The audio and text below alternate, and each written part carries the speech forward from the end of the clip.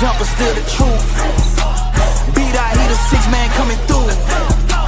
Desmond been the voice, and that's the root. We Bleav in his hoops.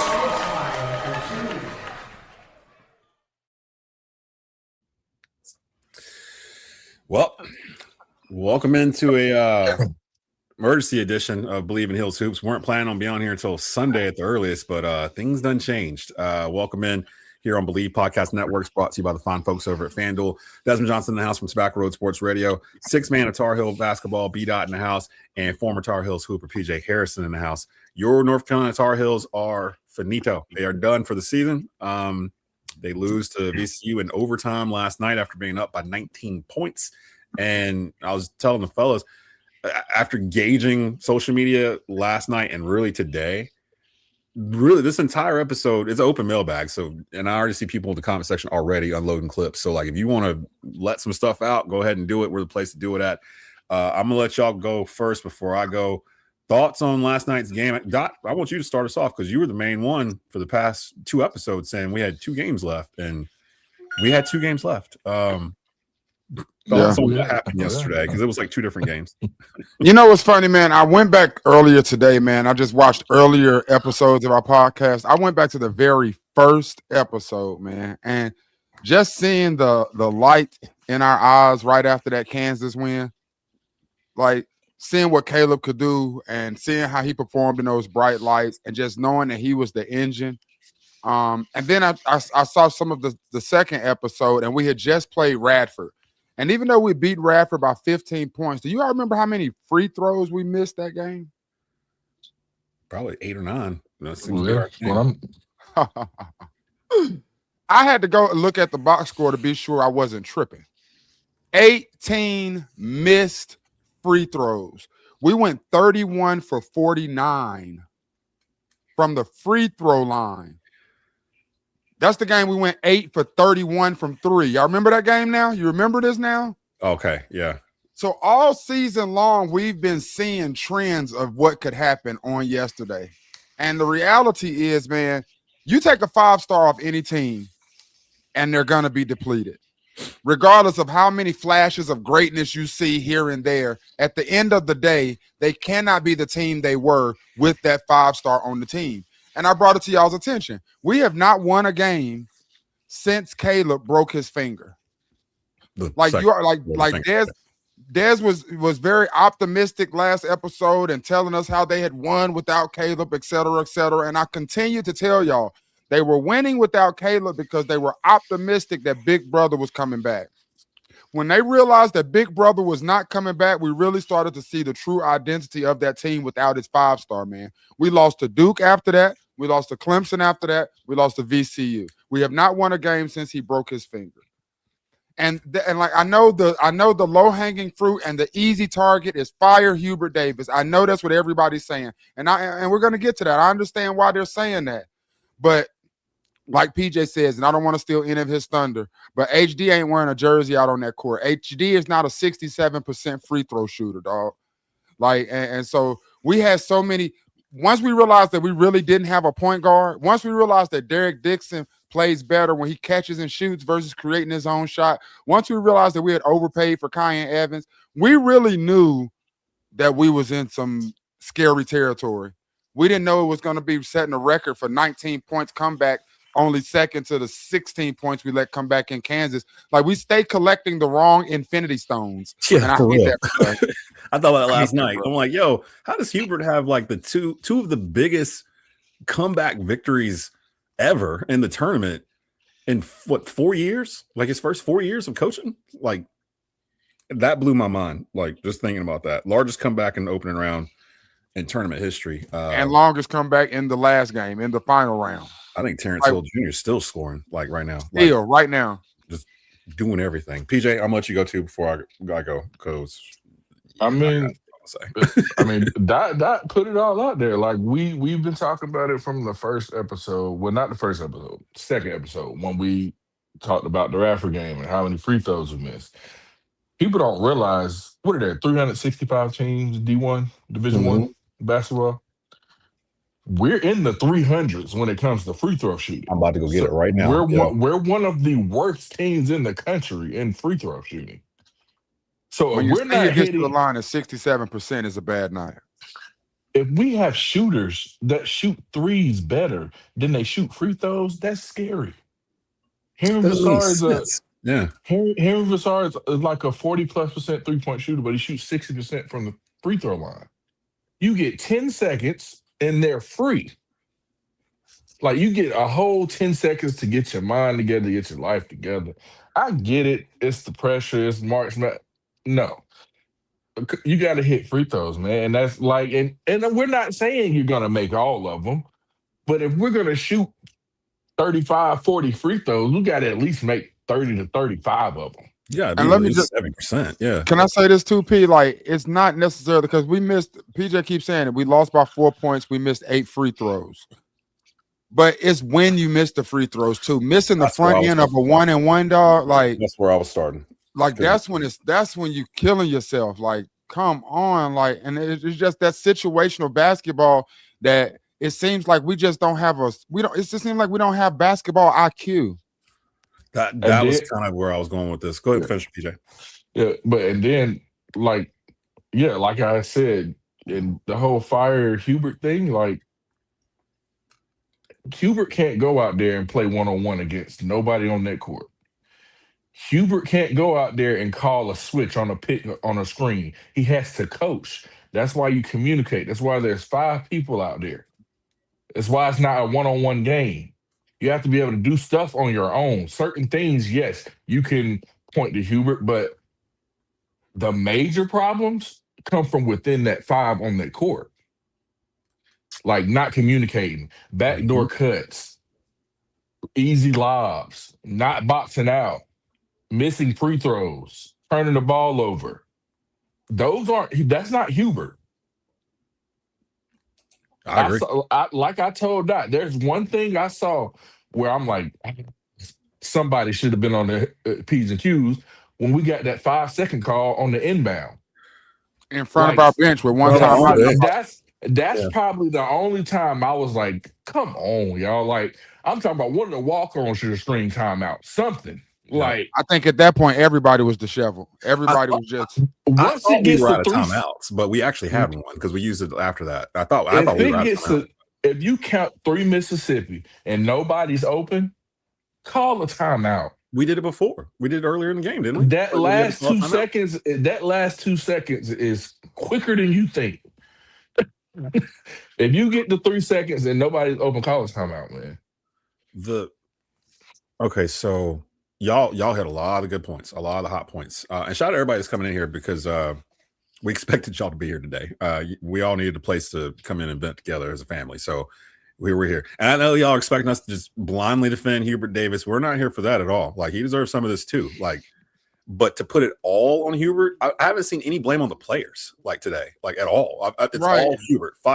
Hubert's not a 50% free throw shooter. Seth Timble's out here as a senior missing 1-and-1s late in crunch time in regulation. Henry Vassar misses the front end of a 1-and-1 to try to tie it in overtime, doesn't know the rule, throws it at the backboard, doesn't hit the rim, game over. Like, I mean, it's literally stuff like that. But this whole Hubert thing where everyone's just focusing on Hubert, it's like people are forgetting his resume coming into this. And again, like I said last episode, people got to understand one thing. They're comparing it. I saw Stephen A do it this morning. I saw a bunch of people do it this morning. They're comparing us to the school 8 miles up the road. They're comparing us to Duke and what Duke's doing, which is fair. They're our biggest rival. They're our spotter. Everything they do, we get paired to and vice versa. People keep forgetting this fact. Duke is 4 years ahead of us. Duke hired a GM 4 years ago. They had, what's her name, Nina King?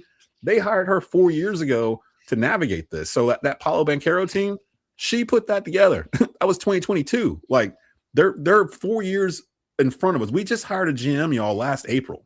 Like, Carolina went into this thinking we can bring any recruit on campus, show them Franklin Street, point at the rafters, see Jordan's number, see Hansborough's number, see Worthy's number, and be like, don't you want to play here? And they'll just come, because that's the way they used to come for 50 years. Those days are over. You can't just – Caleb Wilson is a unicorn. He had that in him and wanted to come because of that, but he is far and few between. It's all about money now and who can pay the most money.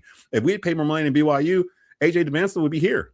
He has no loyalty to BYU, and that's the world we're in now. So people are trying to compare this to Roy Williams, who only lost one opening round game, or Dean Smith.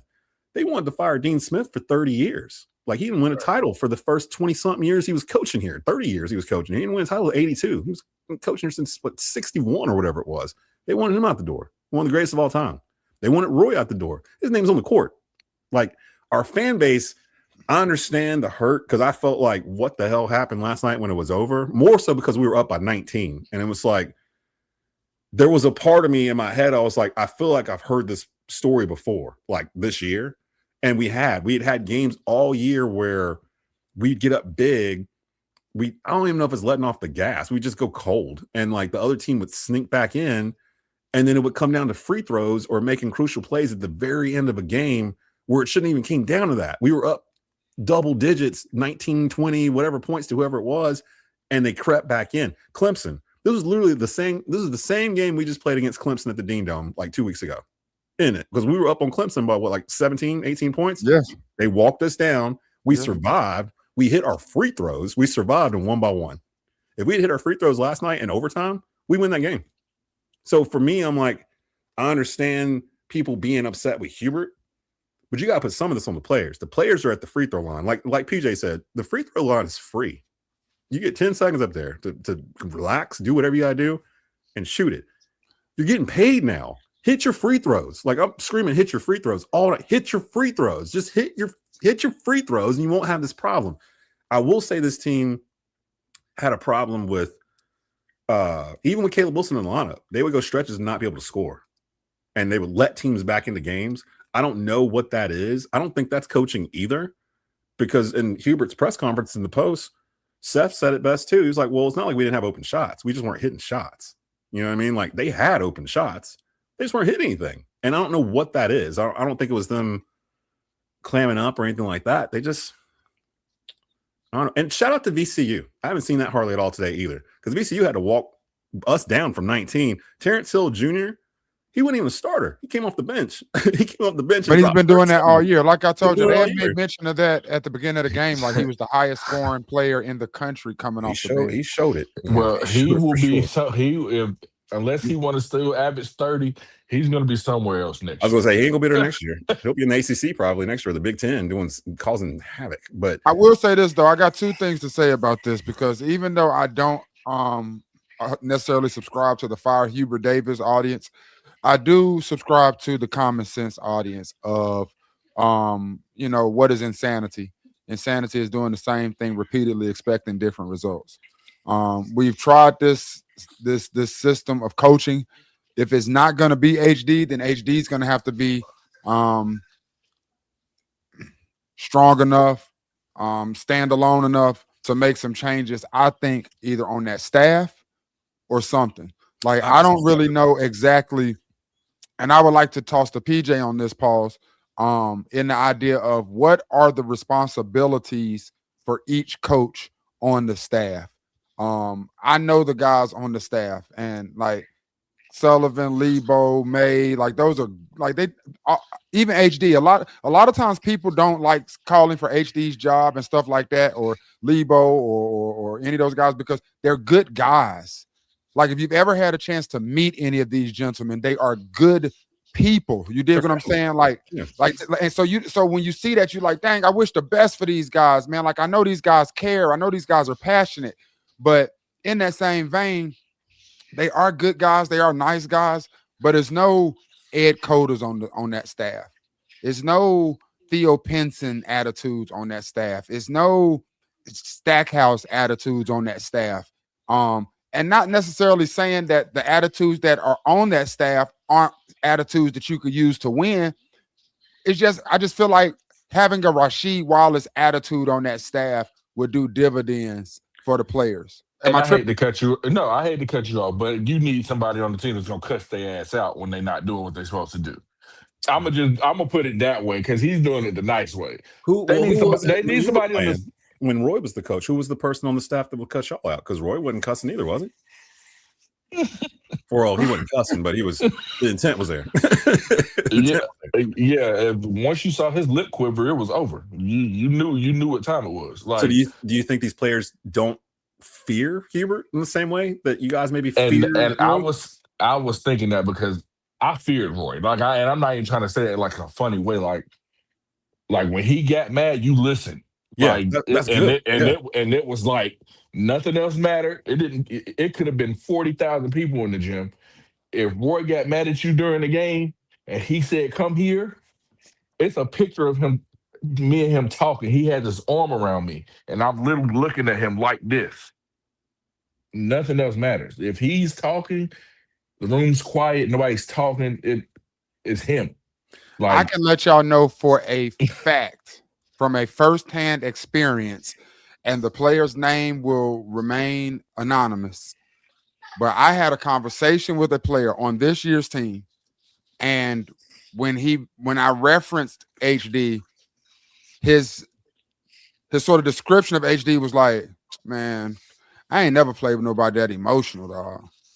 And I was like, "Huh?" And he was like, "Man, he'll cry like at the drop of a hat, like he'll just start crying, like that's crazy to me." And I just remember hearing him say that, and it didn't really, until we're having this conversation right now about the respect in the locker room, it really didn't register as that. It really registered me as, oh, this is a different kind of coach, and we know that HD don't curse, and we know that, you know, he's a nice guy, he's emotional and things like, we know those things, like, but to have a player to have him say it, and it almost seemed agitating to him. See, but then on the other side of that coin, I remember how jubilant the players were when they beat Duke and went to the national championship, and they were all surrounding Hubert on the court as he was getting interviewed in that post game. It was like a genuine love for the man, like, because most, if not all, those players got recruited by Hubert, even when Roy was here. But you got to think too, Dad. That was his first year. That was his first year, and we again, just beat Duke to go to the national championship. I know, like, and those are all players. Those players are super attached to him because he was their main recruiter too. When Roy was here, you know how many people would have been on that stage doing the same grittying and all of that with him if they could. And actually, as I say that out loud, that was a different group because they had known Hubert for at that point 5-6 years. He was R-Dub's assistant. Right, so he was talking to him like junior year high school. Yeah. Like, so like his first year is relationship. His first year as R-Dub's assistant. His first year as R-Dub's assistant was my sophomore year. So you built a relationship with Hubert. He's the person that instilled the confidence in me to shoot the basketball. I'm pretty sure. Correct me if I'm wrong, because I was not there, of course, PJ. But would Roy and HD sort of play good cop, bad cop, like Roy blank on y'all, cuss y'all out, and then HD comes in and sort of gives you the more softer side of what he meant? You know, he didn't mean that. You know, it's a lot of love here. He wouldn't start it off with he didn't mean that because he know he meant. Well, no, clearly he meant that. Right? Fair. But yeah, he was the softer spoken for sure. I mean, but at the same time, he was always passionate though. So it wasn't. It's like parenting. It's like if you got two parents, right? Say you're the child of two parents, and one is the over strict disciplinarian, and the other one is the one that you know is the one that's gonna coddle you, right? Mm-hmm. HD was more of the coddle space because that's the role he was playing in that relationship with Coach Williams. Coach Williams retires, he's not a head coach, but the guys he's head coaching still view him from that coddle space. So they still have that energy. But they don't have the same length of relationship time either. Like I said, those kids haven't been there 3-4 years or got recruited by Hubert in high school. They came in through the portal. So they've had like an 8-month relationship with him as opposed to 5 years. So I'm talking about the guys you mentioned that huddled around him after. Yeah. Like the RJ and Caleb and put it like this too. Like if I was to like do something wrong, like not off the court, but like on the court, if I didn't know something that I was supposed to know, I wouldn't go to R-Dub. I would go to Hubert because I knew it's a softer punishment. Exactly. I mean, and that's just because I know the type of person he is. Right. See, I don't even know if it's a respect thing, like with Hubert. I think the kids respect Hubert, and Hubert for sure. All the stuff that people say about that might have been a lack of words. I appreciate that correction because that's not what I meant. They definitely respect him. I mean, you got to think of like this. People are comparing them to Shire right now, and that's fair. That's fine, but they're both damn good recruiters. Like they've both shown over a period of 15 years, because Shire was in the same spot that Hubert was in with Duke, sitting beside K. He was the main recruiter for Duke. So like he's the one that brought in Zion. He's the one that brought in Boozer. He's the one that brought in Paulo and like all these dudes that they keep bringing in. The main thing I keep seeing from people is that usually they frame it in a way where they're basically trying to say we're not doing what Duke is doing. They'll say like, oh, we're not getting the talent anymore, or we're not top 5 ranked all year anymore, or all this other things. We just were when we finished number 1 in the ACC. That was 2 seasons ago. It's just been up, down, and I think that's what's bothering people. Yeah. But again, we're not in the same era we were in 3 years ago, 4 years ago. This is a whole new world. Like you kind of got to give Hubert some time to figure out how to build a sustainable program. Because really, other than Duke, can you name another program in the country that has been on point from day one of NIL? All of them have had a slide. Arizona, Michigan with Juwan Howard, that little stretch there, they went down. Who's in the top 5 right now? Purdue, I guess. Houston, maybe. Purdue, maybe. Auburn, Alabama. Auburn had an off year this year.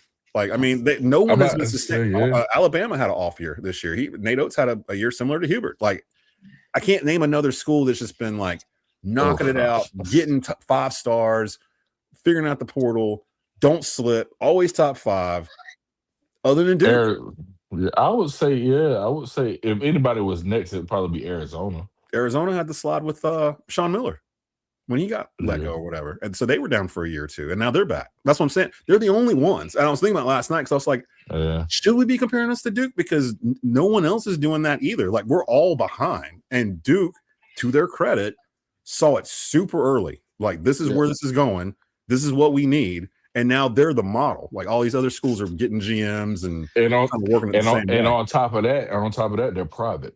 So they're private. So we don't even know what they're paying. Like they could be over there giving 20 M's and we just wouldn't know it. I saw it. And low-key, what's crazy about that is Howard does the same thing. Like Howard got a GM, they figured it out. And it's no coincidence that their head coach, Coach Blakeney, is a champion from Duke University. See? Like they running a pipeline like through their like they really have it figured out, and respect to them for that.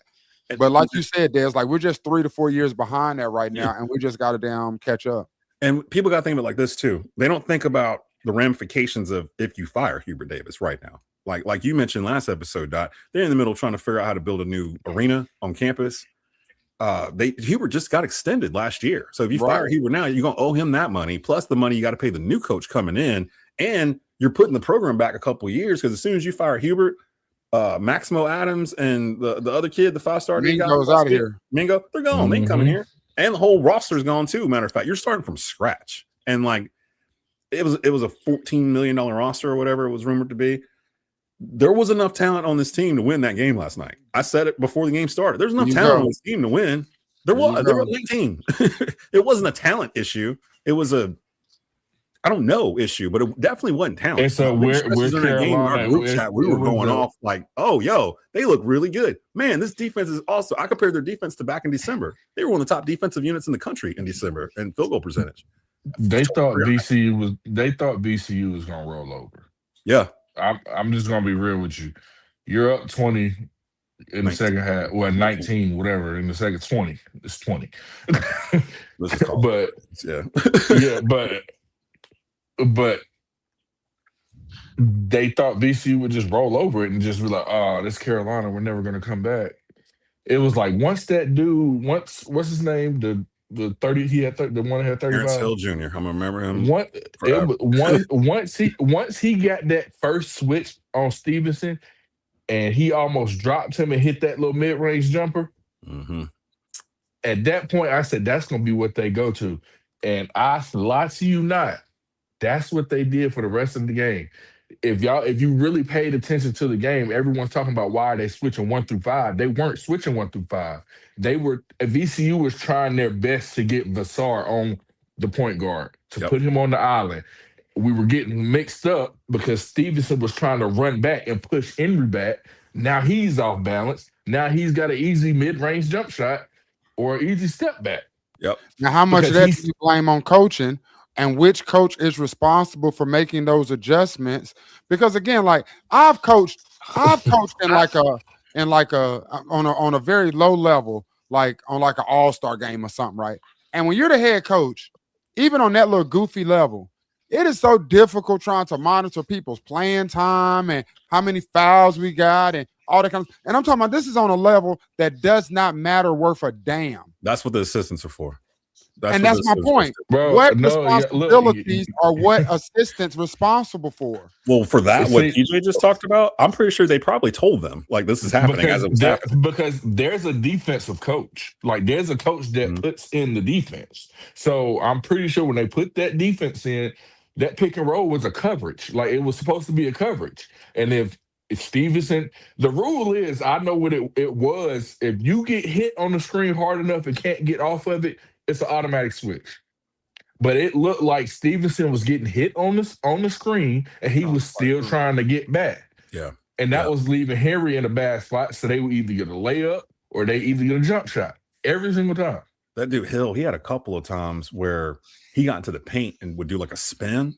And by the time he came out that spin, it was just nobody in front of him. He took Jalen Young on that so vicious. Like, like who is this? Are you the one tonight? Are you going to be the one that cooks us? And he was putting on the apron. He was putting the apron on, right? I was like, oh, no. So because once he tried to get that switch on Henry and he couldn't get it, he started getting the switch on Jaren Stevenson and started cooking. Like, I mean, it didn't help. And plus, like I said, if they didn't have Hill, they lose last night. If we have Caleb Wilson, if we hit 6 free throws, we win. We don't even go to overtime. If we hit 6 more free throws, we win. If my mama wore pants, she'd be my father. Like, I don't even know why y'all do this every if Steph just hits the 2 free throws at the end of regulation, we probably don't even go to overtime. Remember when our text messages, and I was saying in our text early in the game, I was like, we need to start scoring now while VCU is missing these bunny shots like at the rim. Because it was in the first half, they were missing a bunch of layups, but we were missing shots too. So we were kind of stuck. And I'm like, they've missed like 5 shots in a row they should have hit like right here, and we haven't took advantage of it. We're going to feel that later on. And then maybe like 20 minutes passed, and I just typed free throws. Like, I felt like the way this game was going, because we were expanding our lead, I was like, the way this game is going, it's going to come down to free throws. If we hit them, we'll win. If we don't, we're probably going to lose, because that's usually what happens this year, and it's exactly what happened. Nobody should be surprised at what happened last night. None of the national pundits picked us to win. The 6th man of Tar Heel basketball didn't pick us to win. and everyone's sitting there shocked that it went down. You watch this team all year play like this. They played Russian roulette all year, just like this. I need to go pull up their scores. But how crazy is it? Isn't it crazy how we had all these games where we had these leads and people came back and we won them all? I know. That's what we get to March in the tournament and you can't do it. Well, that's why we got cold. Whatever it is, it doesn't matter. It shouldn't have happened. It shouldn't have happened. No, it shouldn't have. So like, it just goes to show that VCU is an NCAA tournament team. They deserve to be there they were there for a reason. Right. Their record was they weren't going to roll over at all at any point of that game, and I knew that. But I also knew in the back of my mind who we were and how we've been playing these last 15 games. I just want to reiterate again that we did not have our 5-star. And I know that when people say, it doesn't matter, you were up 19. And I get that logically. In black and white, it seems like you're up 19, you're supposed to win. But there are certain things that Caleb Wilson does on the floor that does not have anything to do with the ball in the basket. Just IQ-wise, that we also lack when he's not in the freaking game, dog. Like, he can get other guys in foul trouble because he has IQ. He can, like, it's just certain things, man. Like, and it means something that we haven't won a game since he broke his finger. That is not a coincidence. We're 5-4 since he broke the bone in his hand. And those, but again, they were treading water with that. They were treading water with that because those games didn't matter. We knew that Caleb was coming back, and by the time Caleb got back in the Duke game and the ACC tournament, we'll be ready for March Madness. That's what they felt. With me, I'm looking at, like, when they were up 19 last night, they weren't thinking about Caleb Wilson. Like, like Caleb wasn't even. No, they're not. Like, he had nothing to do with the game. But the other team is thinking they don't have Caleb Wilson. Exactly. That's what we have to understand. Like, the other team knows. Every team in the country knows. Like, I was watching Shannon Sharp talk trash about us like he been watching us all season. Him and Ocho Cinco, and they're going ISO Joe. And ISO Joe even just adamantly said, like, man, I can't even really speak on this like this because I ain't really been watching the Tar Heels since Caleb Wilson went down because, you know, they're not going to do nothing without Caleb Wilson. Everybody wrote us off. Everybody knew that. Yeah. Like, yes, we do have talent on that roster that can compete, but they can't compete to a level that they could with Caleb Wilson. See, Obviously. I refuse to believe we didn't have enough talent on that team to seeding. beat VCU. That's my point, though. Like, that's Yeah, why I of said course our we ceiling did. was Sweet 16. Like, once we get to Sweet 16, now you're talking about Illinois, Houston, like these upper echelon top 15 type teams. We had enough last night to beat VCU. We Like, were a 6 seed because we didn't have Caleb. right. We dropped the line because Caleb wasn't on the roster. You know, like and I look at it this way. Duke almost lost to Siena yesterday, right? If they didn't have Cam Boozer, they lose that game. Exactly. That's their 5-star. They lose that game if Cam Boozer Almost don't count. Yeah. What is it? Survive in advance. That's what they say, right? So I would have been happy last night if we won by 1, even if we had been up 19. People with the whole conversation today be like, "Oh no, look at Hubert needs to get fired." He won by 1 point is, when you know that your 5 stars on the floor, you have a different confidence about yourself. Like PJ, y'all ain't gonna tell me you didn't feel different when Falcon was out there. Like when Falcon is on the floor, you know that he can clean up any mistakes you make. When he's too, though, they had more than one 5-star. Who? Like, Hairston was a 5-star. Wasn't John Henson a 5-star? Yeah, John was. Tyler Zeller. I was 5-star. Yeah, Zeller was a 5-star. But that's my point. Though. My point being, when you're when your best player is not there, and it starts to unravel, your booty hole get tight because it's like we don't have anybody to settle us down. Let me ask this like, question. Even our senior is nervous to create contact because he don't really want to go to the free throw line. That's a whole that's a conversation. You dig what I'm saying? Like everybody's confidence is rattled. Like the only person that can catch and shoot on a consistent basis for us is our point guard. Derek Dixon is the only one. He's out there. He's driving and breaking defenders down and kicking it to Jaren Stevenson, break. Jonathan Powell, brick. Luka, brick. Seth, brick. Like, but whenever somebody breaks it down and Seth breaks it down and tosses it to Derek Dixon, them joints is wet. Yeah, he ain't a point guard. They're gonna have to figure out make him a combo or something. I just want to say this last thing because somebody on X told me that, and I ignored them. When we made the switch and put Derek Dixon at point guard, they were in my comments and they was like, "Y'all are cooked. Y'all don't have a point guard." He said, "I grew up in wherever Derek Dixon was from." He said, "I grew up with him. I've watched him play his entire high school career. He's not a point guard.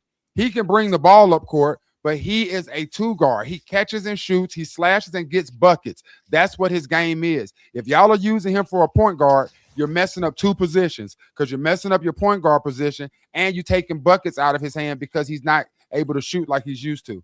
And I have been sort of watching that storyline since he told me that, and he was right as hell. That was for me. If we want to talk about coaching, because we're not going to get into Hubert Davis needs to be fired. We all are in agreement. He not only does he not need to be fired, he's not going to be fired. So we're not going to waste more time on that. But we can talk about what he did wrong, like what happened this year. And we can admit that seat is hotter than a spoon at Lamar Odom's house. Oh yeah, they're going to have to win next year. Now, roster configuration. We've had comments on this podcast regarding what we think might have happened in terms of this, because it makes no sense for a Carolina roster to not have a point guard at all. Like not a backup point guard, not a point guard. There's not a point guard on this roster. That was mistake number 1. He didn't get enough bigs. Like, what if Vassar hadn't worked out? Like, we would have been even more cooked. Like, there should be 3 bigs on a Carolina roster at all given times that all 3 play. Like, we didn't really have that. And I can't sit here and think he was going to the season thinking Zayden High was going to be that 3rd big guy. I've said this before, the Carolina fan base ran our point guard out of Chapel Hill, Elliot Cadeau. Y'all ran him out of town on social media, and I'll stand on that hill and die on it. Like, y'all ran him out last year with your comments, what you're doing right now. You're trying to Hubert out of town, but he ain't going nowhere. I'm gonna let you keep going. I'm gonna let you keep going about him. But one thing about Elliot Cadeau that I didn't like that people did, they got mad because he turned the ball over. I'm like, he's a point guard. Yeah. He's the person that has the ball in his hand the entire game. He's going to have turnovers. There's going to be games where he doesn't have turnovers. But against good teams, you're going to turn the ball over. Look at Michigan right now. I've seen him turn that thing over a few times. If Elliot Cadeau was the point guard of this team, we'd still be playing. But let me say this too, though. Have y'all heard the soundbite where Elliot Cadeau says, even when he messes up, his teammates at Michigan still make him feel confident. And he said he didn't feel that at Carolina. Now, where is that? That's a stab at the fan base. He kind of, I don't think that's a stab at the teammate. I think that's a stab at the fan base. Because games he would have turnovers. You go to any of these sites or these Facebooks, these groups, and they were talking about how bad of a point guard he is, how little he is. You don't want to stay there. Why you want to trust those people? Like you gonna go someplace else where you're appreciated, and that's what he did. And they paid him a little bit more money too, probably to go do it. So I think personally, Hubert went into this thing last year around this time. I was like, okay, I got to get bigger. We know the story. I got to get bigger. We're too small. We got to get bigger, bigger, bigger. And he did. They did get bigger. But I think he expected Elliott to be here. And by the time Elliott left, there wasn't a point guard out there that would be similar to him. Mm-hmm. So they overshot on Kyan Evans. And that was number 2. Kyan Evans didn't work. Like, if he had worked and was actually a competent point guard, I don't want to say competent. If he was actually a pure point guard, because I think Kyan Evans is kind of like Derek Dixon. He's kind of more of a 2. But then maybe things are different. We didn't even get to see that clip. We didn't even see that clip. Yeah. Did we lose, PJ? You still there? Yeah, I believe. PJ, you there? I think he might have got a phone call or something. I don't know what's going on. PJ, there he is. Okay. But yeah, so we didn't have a point guard. We didn't have the big men we normally do. So that disrupts nobody's playing in the spot they're supposed to play in. We never played fully healthy. We lost him. He'll be back. We never played fully healthy, but like a handful of games. We're always missing one of those 3. Vassar, Caleb Stevenson, Caleb Wilson, or Seth Trimble. Seth Trimble, yeah. And we missed Seth for like the first month of the year. So that was all of our non-conference. We missed Caleb Wilson for the last third of the season. And that was ACC play. And that was the tough part of our ACC play. We went to the easy part in the first half of it. And we missed Vassar for 2 games in the middle of that. So we never really got it going. I do understand what Daht's been saying the past 2 weeks, though, about the importance of not having Caleb Wilson, because when they started going on their run in the second half, we couldn't get a bucket. That's when you need Caleb Wilson. He's the reason why in that Duke game, when Duke was doing that in the first half, that first game, and he did his thing and actually calmed us down like 2-3 possessions in a row, that calmed the whole team down. And we got into it. And we saw that Carolina, they can make runs when they feel it. They're just not confident for 40 minutes. And Caleb gave them that confidence. You take that out, you don't have that dude where you can just get a bucket. Vassar's the closest thing to it, I guess, but he's not really, he ain't like that. Like Caleb Wilson was the only guy we had on this roster to just get a bucket. And my question to y'all was, when's the last time we had more than one 5-star player on our roster? Was it pre-COVID? Like 2019? More than one. Yeah, more than one. Theo was a 5-star. Joel was a 5-star, right? Mm-hmm. Yeah, he had to be. He was Mr. Florida. Justin Jackson was a 5-star. Justin Jackson was a 5-star. Yeah, he the was 2017 team. About to say Kennedy Meeks was a 5-star too. He was, yeah, out of Carolina. I tried to get Kennedy to come chop it up with us today too, but he in Japan. He said it's 5:30 in the morning there. Hicks might have been a 5-star too. Now I'm starting thinking about it. He was, I think so. But again, Armando wasn't a 5-star. I think Armando was a 5-star. I know C Love was a 5-star. I don't know about RJ. That's what RJ actually. You know what? It was probably the 2020 season. Cole Anthony and Armando Baycott. Okay. Because I started thinking after RJ wasn't a 5-star. I think he was a 4. C Love was a 5-star already. Was he a 5? I thought he was a 4 too. Because it was a little stretch at the end of Roy's career where his recruiting started dipping a little bit, where he wasn't getting all those 5-stars anymore. He was getting 4-star like Marcus Page. Marcus Page was a 4-star. But he grew. Like Bryce Johnson was a 4-star when he got here, but by the time he left, he was dropping 40 and 20 on Florida State. Like that, but he stayed 4 years. Like Roy's thing was he would get a 4-star, they'd stay 4 years, and by the time they got to senior year from freshman year, they were way better than they were, and he could grow a program. Hubert can't do that anymore. Like we can sit here and say Derek Dixon might have a good shot to stay for 4 years. But ain't no telling. Like the way this stuff works, man, somebody could come by tomorrow from something. He's playing at Auburn like next year, like for no reason. Like really, like we don't really know. So unpopular opinion here. I don't think guys got way better under Roy. I think they got way more comfortable in their position and was able to dominate because they had cohesion and they had been together 4 years. I don't think anybody's game, like they didn't have a certain skill set under Roy. And by the time they graduated, they had added this, like nobody added a jumper to their game, in my opinion. Nobody added Tyler Zeller did. Yeah. Bryce Johnson got way better from freshman year to senior year. I was about to say, I just remember personally, like my freshman year, Tyler Zeller, he was shooting that trail three a little bit more.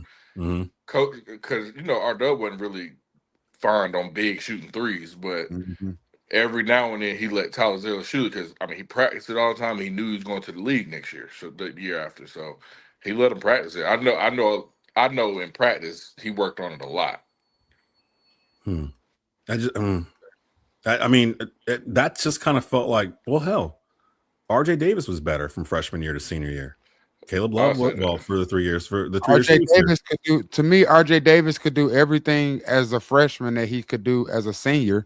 He just got stronger and more confident doing it. He was still a buck. He was a 5'11" ball handling, scoring guard from White Plains. That didn't change. From New York. He felt way more clutch by the time he got to senior year than he did. Because he was way more confident. But he didn't gain a jump shot. He didn't gain a midi. He didn't gain anything but confidence and weight. Okay, maybe our definition of a better player means adding on skills. Where for me, I'm saying more whatever they even came there with, they got honed to the point where they almost perfected their craft in terms of whatever they were good at doing. RJ, Caleb. Armando was a better player super senior year before freshman year. All of them that stayed under Roy, for the most part, if you're a starter, look at Leaky Black. He was a better player by senior year as he was to freshman year. Leaky was a point guard in high school. Like Leaky didn't even really get to play how he played. Leaky didn't even get to play college the way he played high school. Yeah. In high school, CP3 Leaky Black. We didn't even get to see that Leaky in college. He was a pure point guard too. Oh my God! Not just a point guard. A pure point, because he had two combo guards in front of him playing point guard, and RJ and Caleb, because they weren't really point guards either, were they? And you also have to think he never really had the jumper because he played point guard. He either got to the rack or he got other people involved, bro. And that's more of my point. Like, it's not like he developed a jump shot at Carolina. Right. Yeah. I'm not saying you dig what I'm saying. He just was confident, flashing, and being a defense. He leaned on his strengths, which was more defense because of his size. But high school Leaky Black was a bucket. So my point with the 5 stars was that Roy, for the first time since Hubert's been here as a coach, he's got 2 coming in. He's got 2 5 stars coming in next year, and it's been a gradual. One return he's brought in over 3 years. It's been a hit or miss. For every Henry Vassar, there's a Kate Tyson. For every Kyan Evans, there's a Harrison Ingram. Like, it's never going to be he hits everything batting 1,000% in the portal. It's impossible. Like, there's no way to do it that way. But for the most part, the guys he's brought in have outweighed the guys that they brought in that didn't perform. Like, when he's brought in multiple guys in the portal that have performed, Carolina's done well. When he's brought in a guy like one dude in the portal that's performed, like this year, they don't perform as well. Not making it to the round of 32 for the past 3 years. Like, somebody has to answer for that. Like that's the sad reality of it. Like, Coach HD is in a position where results matter. Yeah. That's the reality. He is in a profession where results matter, and he's at a university where results matter a lot more than the others. And to act naive, like it doesn't matter that they're comparing us to Duke, like, no, we don't get to do that. Oh, it definitely matters. Yeah, we don't get to do that when every time we talk about we're the greatest rivalry, and we talk about how many times we played them or won versus them and how close it is, et cetera, et cetera. For them to be 4 years in the future as it pertains to NIL and structuring these basketball teams, because you talk about him not being able to hit it out the park or bat 1,000 in the portal. Damn it, Shire and them are batting 1,000, Jack. Actually, do you know what they're doing? They didn't even go to the portal last year.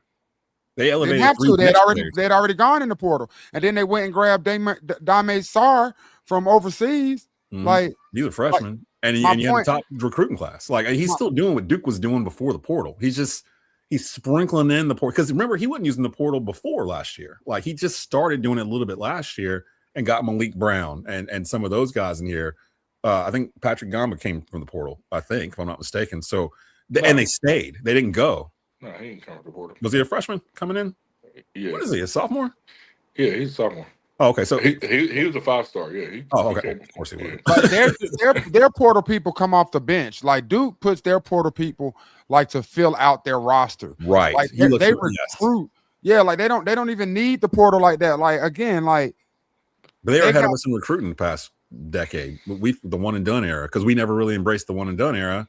Nah, not that. Like they were whooping our ass in that because K had them ties to Team USA and even the GM with the ties to Nike. Like they have positioned themselves to be aligned with brands and with organizations that matter to today's youth. And we have not done that, from their coaching to the way they operate their basketball programs. And we aren't like that. Like, you remember there was a time when Carolina was the cool school, dog. Like we was the Jerry Stackhouse, the Sheed, the daggone, the PJs, the daggone. We were like, and then there was a switch, and I don't know where, but they got a little hand signal and Duke motherfucker and all this. Like they've switched urban on us. I don't know how Duke turned more urban than us, but they did it. It's 2011 when Kyrie Irving. That he was really the first one and done really that started off the brotherhood that they call it or whatever. Because from that point on, you never heard the word the brotherhood before 2011. Like, and they started using it for a recruiting tool, like to basically copy the Carolina family thing that's actually existed for 60 years. Duke never had that. Christian Laettner don't know Kyrie Irving. You know what I mean? Like that don't exist. But Vince Carter knows RJ Davis. I'm willing to bet. Like they see each other. Vince Carter knew me. Yeah. See, that's what I'm saying. Like they saw that and they took that and they started getting the athletes that Carolina was getting. The Vince Carter. I knew Phil Ford.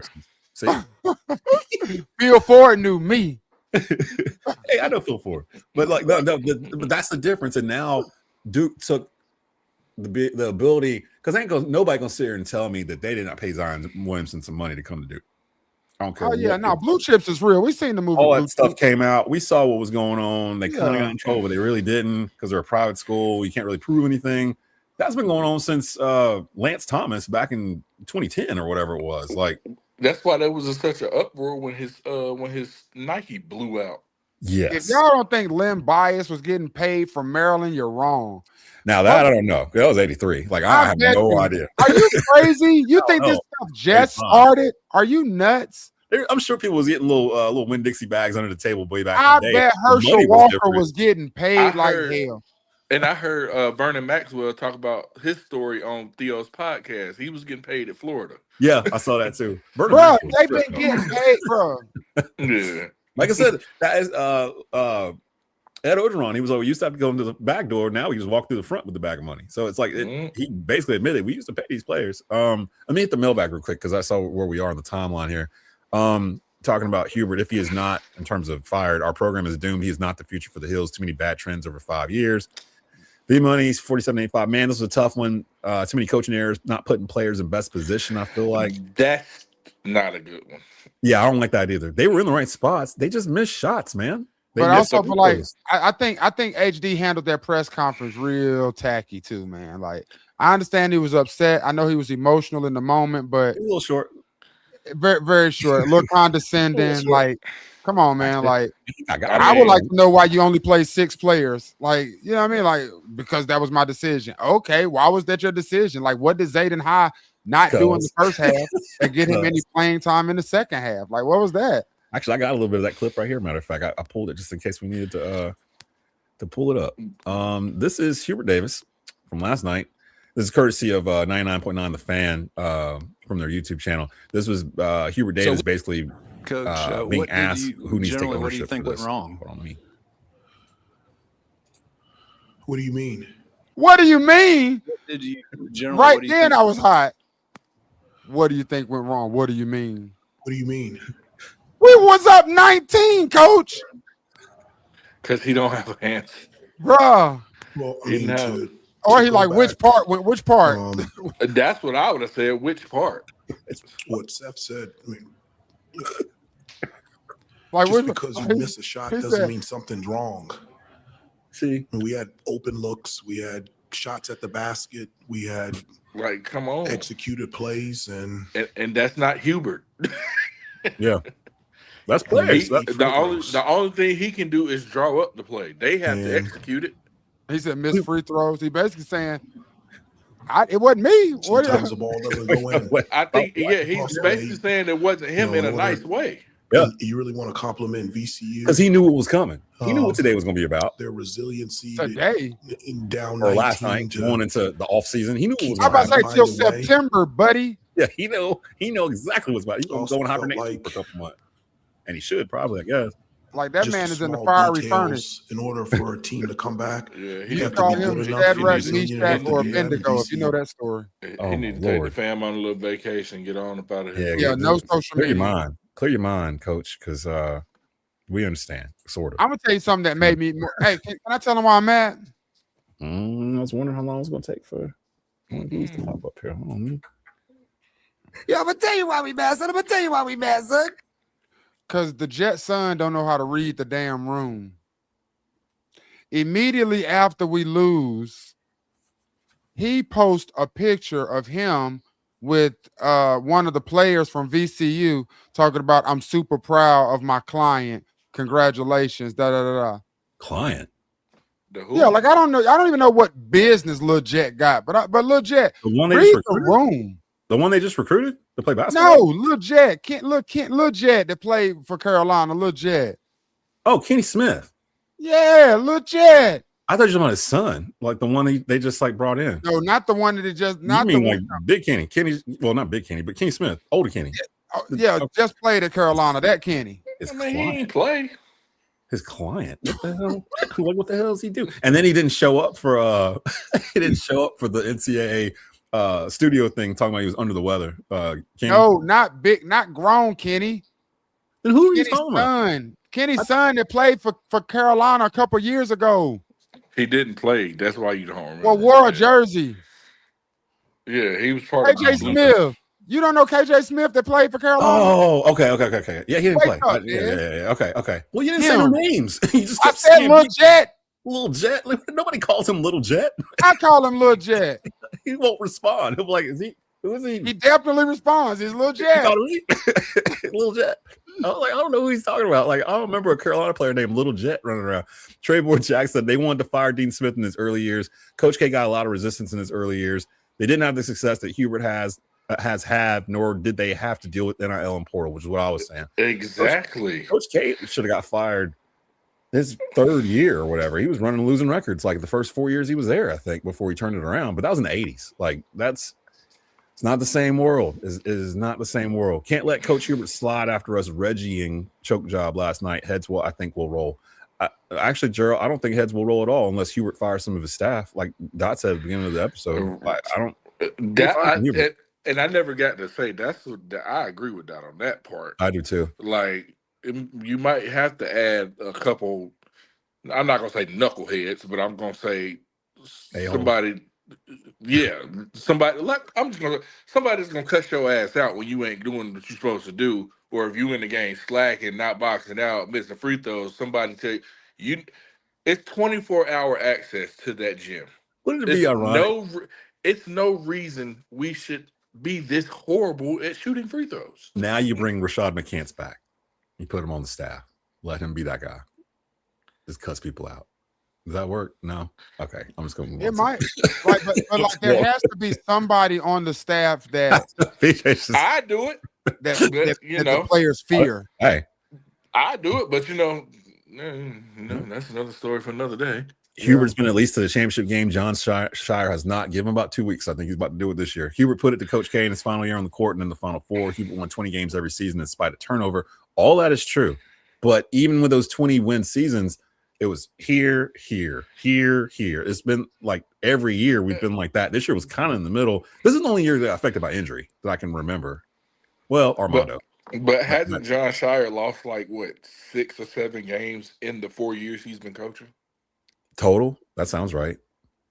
Like, I think I saw something where they're like 60-4 at home or something like that. That sounds right too. Yeah. I mean, Right. it's new. They never fell off. Like the one thing they did that I kind of wish that Roy had done, I thought it was weird at the time. But you remember the K's last year? Shire was the head coach in waiting. So they'd already explained what it was. So the recruits already knew, everybody already knew. He sat with K that last year, and then K went up into the bleachers and he became the coach. We didn't know that Hubert was going to be the coach until Roy decided to retire. And if Roy had been like, Coach retired, and Roy retired on April Fool's Day. yes, which I still don't understand the logic in doing that. Why Like, would you nobody do talked to that, Roy. Coach? So everything's been weird with this. And since he's attached to Roy, that's going to make it harder to me for Carolina to let Hubert go because he was Roy's hand pick. He basically sat beside him for 9 years on the bench. Like, and let me just say this too. The reality is this. Yes, you give me that sweet stat of 20 wins a season type joint, but does it feel like 20 wins a season? No, it does not, man. Like, and sometimes that's, they always say men lie, women lie, numbers don't. No, they don't, but numbers can be misleading. And these 20-win seasons have not felt like anything resembling that of a glory years or being dominant or winning the conference or winning a tournament or even advancing to the round of 32. So it's like, yes, HD has these high accolades and these great moments that he's taken us to the apex, damn near to the NCAA national championship game, a half away from being a national champion, up 16 points. But then you think about, we lost that game. And he did the same thing. That game, we had 6 players in rotation. He went down to a hard 6 in this game last night, and I didn't even realize it. But he was just like, "What was this? What did he say?" You want me to tell y'all the huge difference between the 6 players he played last night and the 6 he played in that national championship game? Age, free throw percentage. Yes. Facts. Yes. Between RJ Davis was a 90%. Between RJ and Caleb, that was 90 and 80 right there. Yeah, Baycott was even hitting like 75. I'm about to say his senior year, he was hitting like 70%. So like, Brady Manning ain't missing no free throws. That was the difference. That all season was just free throws. We've been saying it. We should just title every episode, "Did we hit our free throws this week?" Because that's literally was the story of the season. Bro, we beat Radford after Kansas. We beat Radford by 15 points and missed 18 free throws. Because that was the one where PJ was like, we should have won by 30 or 45. Bro, PJ said that at least 8 times. He did. But that's true. 18 free throws, and we went 8 for 31 from 3. We should have won by 50. And we put up 89 points. Yeah. Even missing those. What did I say? On a good night, it's no reason we shouldn't be scoring 100 to 110 points. Bro, we were so optimistic of that. We were so optimistic. You comfortable with Caleb in the lineup, and they were scoring so much that missing those free throws at the end didn't matter because they were already up 12 or whatever. They just never really mentally got it in their head that this was going to come back to bite them in the ass, even though we knew, like, watching from far. But if we knew on our podcast, if you go check Bleav in Hills House, Hills Hoops, I think we've done maybe 16 episodes. Yeah. On maybe 9 to 10 of those episodes, we are talking about how free throws are going to be the detriment to us. We've never been. Yeah. Right. If 2 of us that have never played collegiate ball and 1 washed up jump shooter in the middle, if the 3 of us can see it, then why can't any coach on that staff see it? And if a coach on that staff is seeing it, why isn't any attention being put into it so that we're not having 67% free throw shooters on our team? Hubert addressed that last night. He was asked point blank about the free throws, and he was like, I don't know. Like, we tell them all the time. We practice it all the time. We watch them do it, and then they get in the games. And that's why I say there's 24-hour access to that gym. It doesn't have to be practice for you to go practice free throws. Go in between class. Take your girlfriend in there, have her catch for you. Have her sit in the bleachers. Like, shoot 100 free throws. No, have her pass you the ball. Yeah, she rebounded. So you can stay on the line the game. Loving basketball. Like, we need some help. Somebody come help us with these free throws because, well, it don't matter now. But Liz in the house, red alert. Things definitely have to change from Lori. Free throws win games, as I've said for years. Brandon McClain, oh boy, here we go. Let's see y'all run defense here. We haven't run defense at all. I like to think we pride ourselves on being one of the more truthful Carolina podcasts. We don't really sugarcoat it. Like, I watched that Brandon world-class villains over here. He's the Duke fan. I remember him last episode. Yeah. I got 2 world-class villains over here on the other side of me on the screen. Like, they ain't trying to sugarcoat anything. Like, I'm the nice guy. I'm the one that's going to be like, well, maybe if they do this, they tweak this around. I'm going to be the optimistic guy in this trio here. Like, overly optimistic. I like it. Overly. I'm supposed to be. Like, actually, you know what's funny? My last night, my wife was in here watching the game with me, and during football season, she made a bingo card. Sorry, Mrs. Dez. She made a bingo card of things I scream out at the TV when I'm watching the Panthers play. So she had something to do. So she had these little Cheetos, and she'd put them on the thing, and she'd yell bingo by like the end of the first quarter. And I was like, it's crazy because she was walking away. I was like, it's crazy. You don't have a bingo card for Carolina game. So I'm probably screaming way more in the Carolina Tar Heel game than a Panther game. She was like, no, you're not. And she walked away. And I'm like, actually, you know what? You're right. Because usually Carolina's winning. Like usually Tar Heels are winning more than losing. So I'm not as angry as when I'm watching a Panther game. They're getting boat raced by like 35 or whatever. And I'm just, you MF for blah, blah, blah. What are you doing? Like, I'm just screaming. The Panthers had a better season than the Tar Heels. Yeah. Would you Charlotte say? Was on Absolutely. fire. Like at the And end the of the Hornets season. about to have an even better offseason. Boy, I'm trying to go to Hornets Pacers a week from this Monday. I'm gonna try to get down there, or not Monday, a week from this Saturday. I'm gonna try to get down there before the regular season's over with. They just beat Orlando last night. And shout out to Del Curry, who got his jersey retired. Sure did, Awesome. man. Shout out to them. Over there, P. Somebody getting a whooping? Yeah, I thought that was at my house for a second. I was like, I don't have little kids. I was like, what little kid is in my house? Daht called it with 2 games left this season, and I agreed with him. Free throws were out last night. Team was gassed as hell. I don't know if they were tired. They asked Hubert that too. Henry Vassar was. There's a picture of him laying on the ground.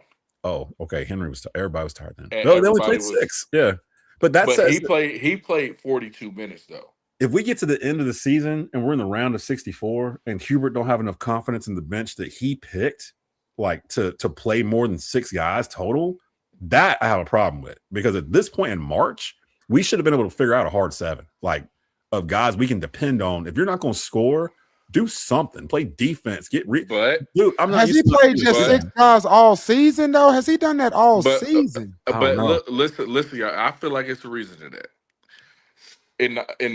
Not all season, but during the regular season, you can sprinkle in the other 3 guys and deal with a few mistakes here and there.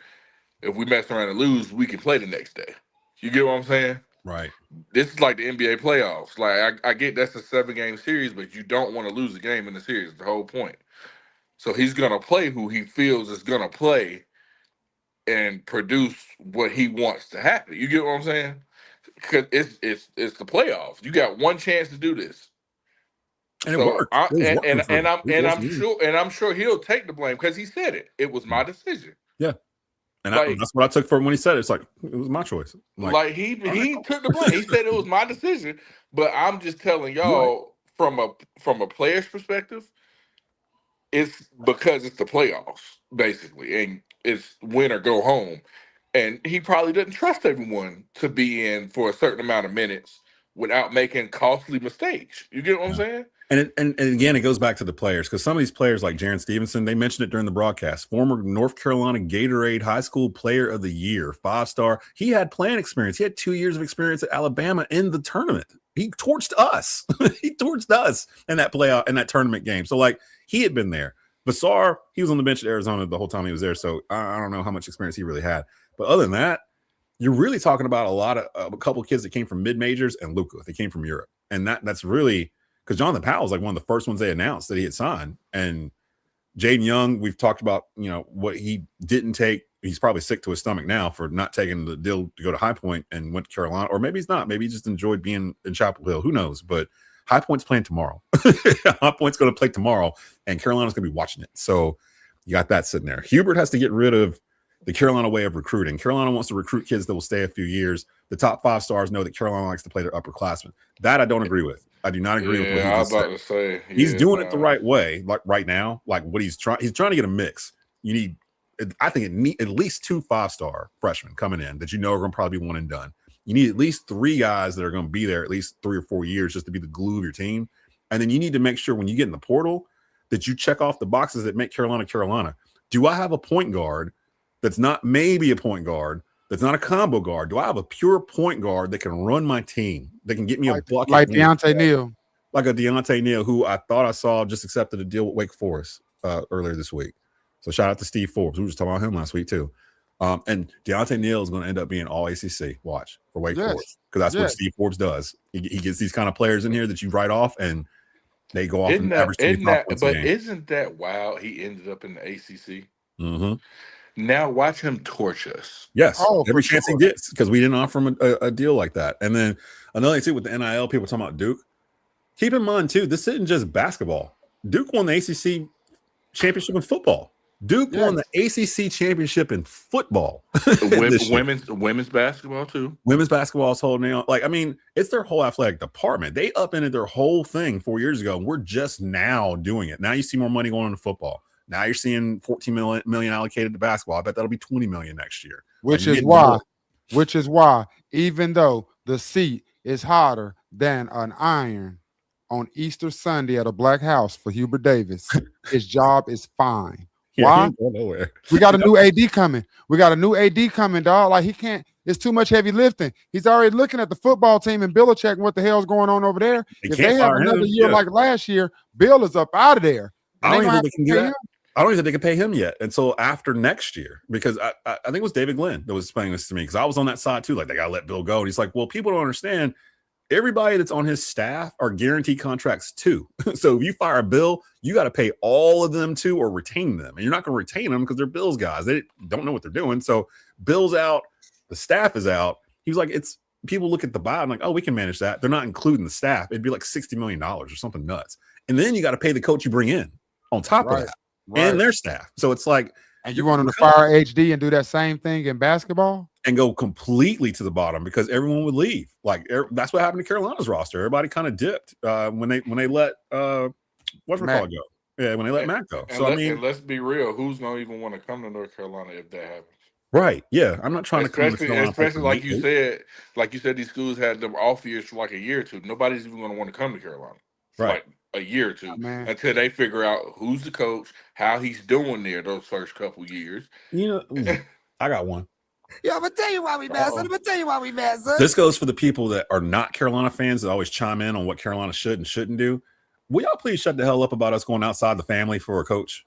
Like, I hear this all the time, and I'm like, if you don't understand it, you're not a Carolina guy. You're not in the Carolina family. There's a reason why they go within the family for all these times to do this. They're not going to go get Nate Oates. They're not going to go get Tom Izzo. They're not going to go get these random dudes around the country. People are like, now's the time to do it. You should do this. People want us to go out of the family to do it. And I'm like, Hubert's not the whole problem here.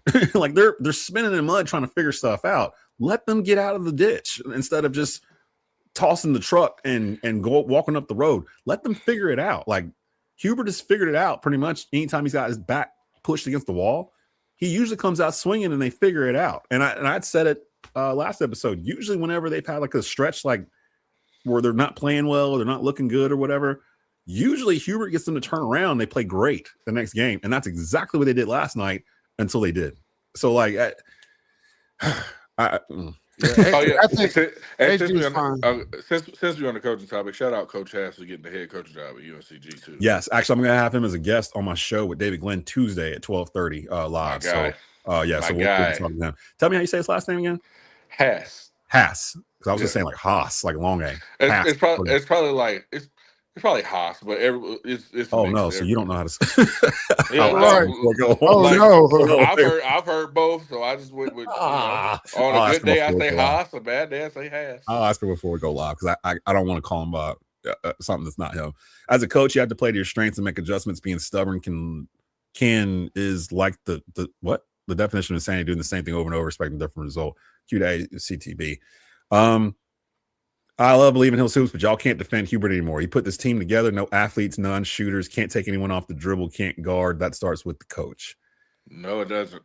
I think it starts with the players. Because he has to look at film to bring the players in. Mm-hmm. He's believing on the film, I'm pretty sure they're shooting the ball well. They're playing defense. They're hitting free throws.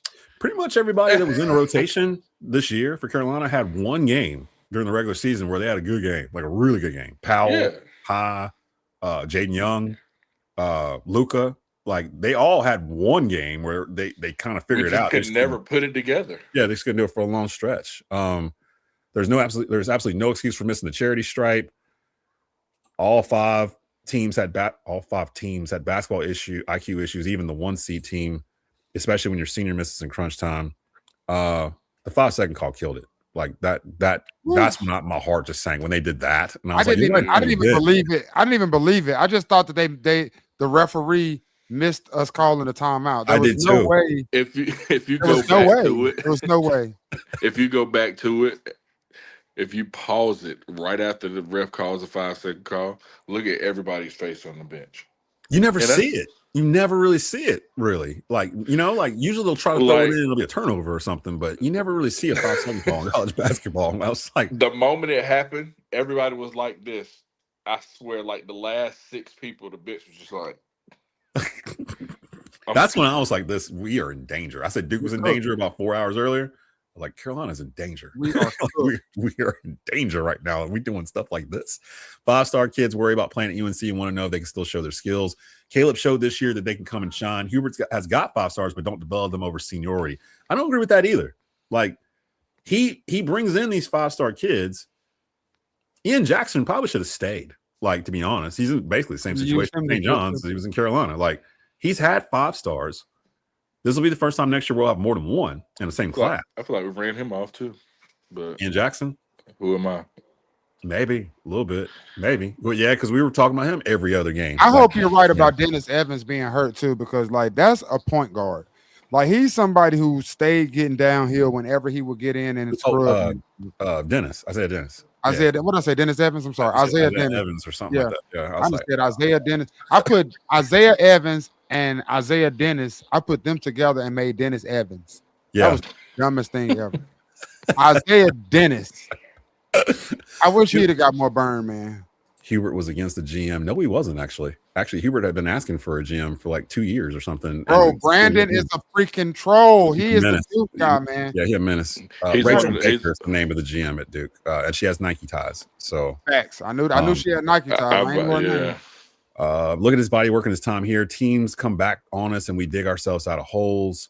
Yes. Some of that's the personnel. Like we haven't been the theme though. Like, and I'm with the fans that's saying that something has to change. Just being very transparent. As a black man, I will never call for another black man's job ever. And that's the elephant in the room for me. That's one thing. And two, the second thing for me is Hubert Davis gave me an opportunity that nobody before him had, and I will be indebted to him forever for that. Like, so I would never just bash HD. I'm just going to be transparent about that. However, I do agree that insanity is doing the same thing over and over and expecting a different result. We cannot keep the exact same staff and expect that we're going to have a completely different year next year. Why would we ever think that? That's the same reason I said we only had 2 games left in the season, dog. Why would we get here to the ACC tournament and now we're going to figure out how to hit free throws and close games? It don't work like that. It's magically happen in March. It don't work like that. All year. I'm looking at this comment and it's just like people don't understand the transfer portal is hit or miss. It is. They said because the end of it says I don't understand how he recruited Brady and Ingram and McCormick. I guess they're talking about Cormac. I think they're Cormac. Ryan Cormac or Cormac Ryan. But it was on the because they wanted to play here. Mm-hmm. They were great shooters. Where Hairston Ingram was flat out dog. He was a scorer. Yeah. That team and they gelled well with RJ and Caleb. That's why that team was so good, because Hairston Ingram and Cormac Ryan were those dogs. Because that had Armando and RJ on there. They was a quiet dude. Because you have to think how many times would teams double team Armando with Cormac Ryan, Hairston Ingram, RJ, and Caleb on the court? They couldn't. Yeah, they couldn't exactly. Really. Yeah. So that's why people don't understand that the portal is the problem. Like the portal is a large part of the problem. Yep. Because sometimes you're gonna get those that's gonna come in average 20 and take you all the way or take you to the tournament, wherever your destination is. But sometimes you're gonna get those ones that come in, you expect them to be a 45% 3-point shooter and they hit 4 threes all year.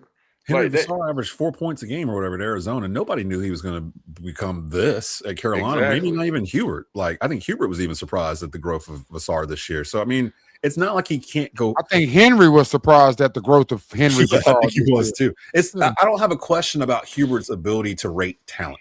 Like that, I do not have a question with. He has proven time and time again. He will go find guys. Every year, we'll have a guy next year. I'm like, who is this? Who is Alex Smith or whoever? And it'll be some dude he plucked out of the portal from Drexel or somewhere. And he'll come out shooting 15 points per game or whatever. We don't even know who he is because they're good at doing that. The problem is that they can't seem to figure out what kind of team they want to build or something happens where they don't completely build the team they wanted to build. Like he wanted to get bigger this year. They got bigger, but they declined to get a point guard to run it all, and they didn't get a backup point guard to be behind him. So that was going to come to bite them eventually in the behind. So that's especially in March Madness, man. That's where guards are made. Like March Madness is built for guards. Like that's where you get the CJ McCollums. That's when you get, you know what I'm saying? Like that's get Terrence Hill Jr. Bro, that's when you get Terrence Hill Jr. Man, dog. this when they get them people that you didn't expect to score like that. This is when they get in their bags. Yep. Because you don't have film on them, right? This is when that bag work comes out because you don't have film. You're gonna have to check up, and that's just what it was. And we checked up, and we got beat. I'm gonna stop pulling up Brandon's comments because he in here wilding. I told you the Brandon dude, man, and you just pulled up another one. I know. I was the same one. I was reading it again to make sure. Is it coaching? He make them slow down. Their game isn't to play slow. So if they're going slow, it's not on him. Watch Hubert on the sideline. He's constantly doing this. Like when they inbound the ball, go. He's screaming. He's sweating. He's standing up the entire game. Like I don't understand how anybody can ever say there has to be a detachment though, because again, we've made mention of this on the show. He'll be screaming, go, go, go, and they'll still be walking the ball up court. Like, what is that? Is that a lack of respect, or is that just what makes a player do that when your coach is sweating more than you from possession to possession? So I keep seeing this comment popping up that Hubert didn't want a GM, and that's not how I remembered it. Hubert said in an interview back in early 2025 that the old model was unsustainable, and he confirmed they needed to get, this is in the middle of the season. He was like, they need to get a GM to catch up to some of the schools like Duke. He made these comments. To that point, I have a friend who was actually invited to one of the meetings, but they had a meeting over the summer. I think it was the summer before last, where HD just laid it out. He laid out how much, players were getting paid. He laid out how much AJ DeBonster was getting, that type stuff, and was letting the boosters know, listen, if y'all want us to compete, we have to pull out the checkbooks. Yeah. And like it's just that simple. You know what I'm saying? Like, so I don't know if he would be against the GM. That doesn't seem to make sense. If you know that you have to spend money and that's one less responsibility for you, I can't see HD saying, we don't need no HD. I mean, we don't need no GM. Let me handle it. However, he knew that money had to be spent if we wanted to compete. I can't find any instance of him flat out saying we don't need a GM. Like I'm seeing in the comments here, like that doesn't make sense. Like, Desmond, did you know Hubert didn't want a GM? Yes, he did. They just didn't have one for him until last year. He got the contract extension, Hubert, in February when they hired the GM. When they hired the GM, that's when they extended Hubert too. And that was in February of last year. Sorry, my chihuahua. Somebody just punt a puppy? Nah, my chihuahua is a chihuahua. So a bag or something probably flew around the front yard. She started wilding out. Get your guard dog, bro. All right. Roy lets you run. Hubert wants to walk the ball up and call set plays. What are we? Yeah, I'm gonna tell you why we mad. I'm gonna tell you why we mad, son. What are we watching? Like, what are we watching? Are we not watching the same game? Like, Hubert doesn't want them to walk the ball up. He's screaming at them to run it up after made buckets every play. We don't have a point guard. Our offense is called run and shoot for a reason. Yeah. PJ, man, help me out here, man, because people they're seeing things that aren't even happening. It's called, and that's what people are saying. Fire Hubert. That's not on Hubert either. If the point guard is not pushing the ball up, that's not on Hubert. If he's over there fanning about to tear his rotator cuff, like he's about to tear his shoulder off the limb, trying to get you to run up the court. Like that's not on him. You can see Derek Nixon and Seth Trimble looking over as they're dribbling, and they're trying to go faster. And meanwhile, you just see the defense like make it back, and like get set. And now we're just going to run a half court. And I'm like, that's not what Hubert wanted. Every once in a while, in the last half of the season, they would make it work where they could get the ball all the way down the court and score. Really, without even touching the ball on the ground. That's Seth's game, though. Yeah. Downhill, and that's what I was wanting him to do last. That was the adjustment that I wanted HD to make. I wanted him to put the ball more primarily in Seth's hands and allow him to facilitate, whether he gave it on the pick and roll to Vassar or whether he kicked that joint to Derek Dixon, because that's a more efficient shot is Derek Dixon on the catch and shoot. And just to not make that adjustment and to keep the ball primarily in Derek Dixon's hands, like it was just confusion.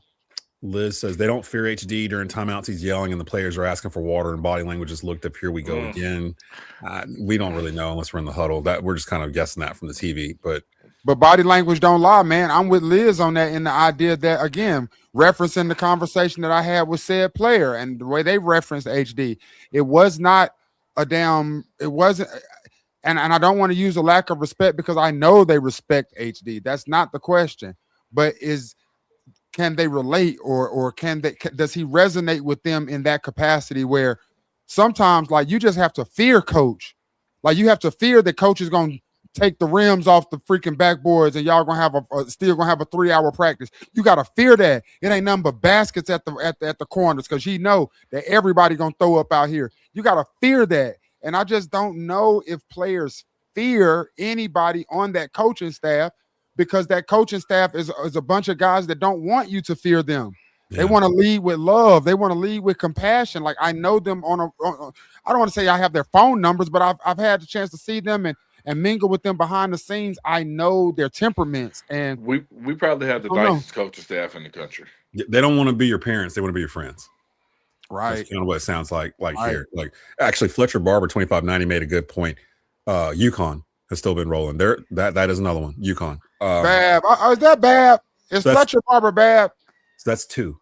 That's Duke and UConn out of 370 some schools in Division I that have been keeping it rolling through NIL or whatever. And I pulled that up stat too. We started off with the free throw shooting.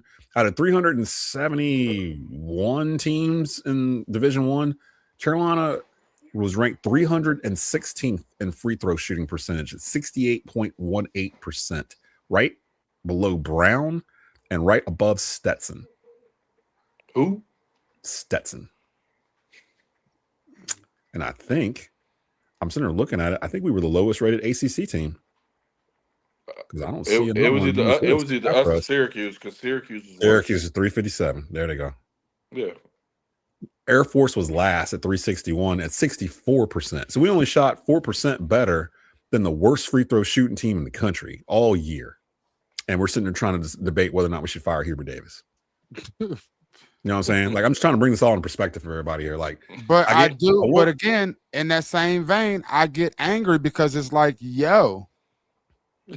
If you know that free throws are your problem, why aren't you making it more like, why isn't there a reward system or why isn't there like, I don't know, but you have to find a way to, because you know how important free throws are. They shouldn't be getting rewarded for stuff they should be doing already though. Like that's easier said than done. You have to know your children. Like seriously, you have to know your children. You have to know your personnel, man. And some you can parent them more difficult or stronger than other kids, than your other children, than your other personnel. And like I don't know what but if we do horrible at free throws, we're gonna run as one. If we do great at free throws, we all going to Self's ice cream restaurant and getting free ice cream. I don't know what the hell you do. But there has to be some sort of change because this is